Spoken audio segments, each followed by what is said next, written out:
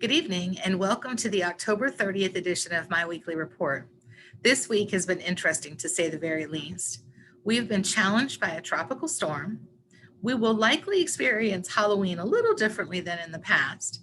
We'll see what is known as the blue moon on October 31st, or the second full moon in a month's time, and we'll move our clocks back 1 hour due to daylight saving time. All of this, and we're still in the throes of a worldwide pandemic. 2020 will definitely go down in our history books as a year to remember. I'd like to take this opportunity to thank each of you for your patience and cooperation as we made the decision to close schools due to the potential impact of and timing of Tropical Storm Zeta. The storm was predicted to be most intense at the time our students would be waiting for our buses or perhaps driving to school, and our teachers and staff would be driving in from all over the region. And there was much concern for the potential loss of power. So it became essential to close our schools. Please know that a decision to close schools is not something that we take lightly. When severe weather is predicted, our team works very hard to monitor the forecast. We consult with local and state weather forecasters and emergency management partners to make the best, most informed, and timely decision possible. When in doubt, we will always err on the side of caution, as the safety of our students and staff will always be my number one priority. Although many of our families were without power, our community was fortunately spared the full impact of the tropical storm, and for that I am very grateful. Tropical Storm Zeta added to an already busy week as we were preparing for additional students to return to in-person learning next week. While we are continuing to welcome more students, I must caution you that our community's COVID-19 numbers are a critical factor when considering our instructional models, whether students will be served in person or remain virtual.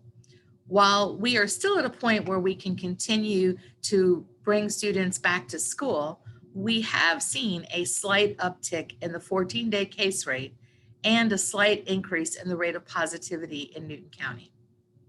As such, it is critical that we do everything in our power to adhere to best practice. And that best practice is what I've been referring to as the 3 W's. Watch your distance.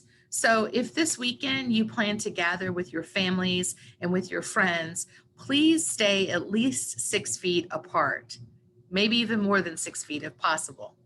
Wash your hands frequently and use hand sanitizer if you can't get to a place where you can wash your hands with soap and water. And please wear a mask. It's important that I remind you that the numbers that reflect the COVID-19 cases in our community, the transmission rate of COVID-19, should those numbers continue to increase, it might be necessary to make an alternate plan so that we can ensure the health, safety, and well-being of both our students and our staff. Namely, that would resort to returning to an all virtual learning environment.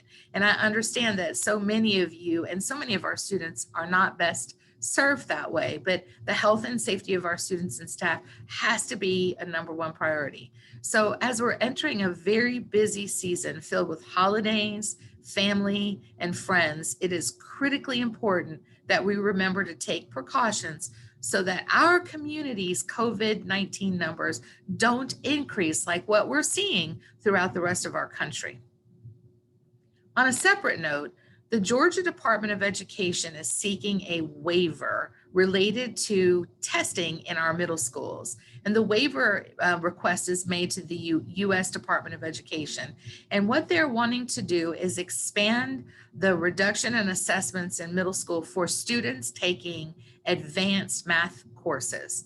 So, for example, right now, our 8th grade students, some of them take a high school Algebra 1 class.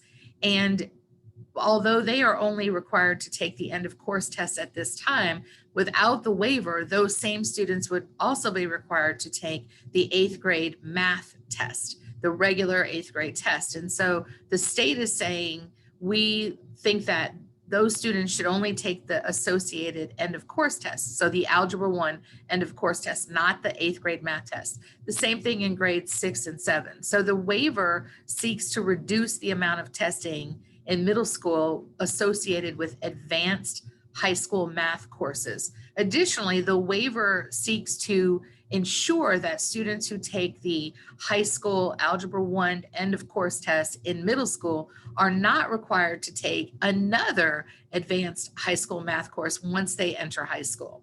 So what we've done is we've posted a link to the survey on our website and then taken a snapshot of the survey so that you can see the survey before you go to the link. If you are interested in reducing the number of tests our students are required to take in the area of advanced high school mathematics in our middle schools, please take a moment to complete the survey. The Department of Education does want to hear from you.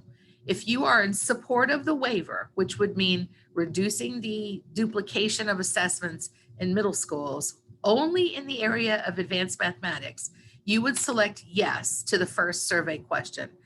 The survey will take you less than 2 minutes to complete. It's also important to note that daylight saving time ends at 2 a.m. on Sunday, November 1st. Please remember to fall back and turn your clocks back 1 hour before you go to bed on October 31st. This is also a great time to change the batteries in your household smoke detectors to ensure your family's safety. It only takes a few minutes and could save the life of a loved one. So remember, change your clocks and change your smoke detector batteries as well.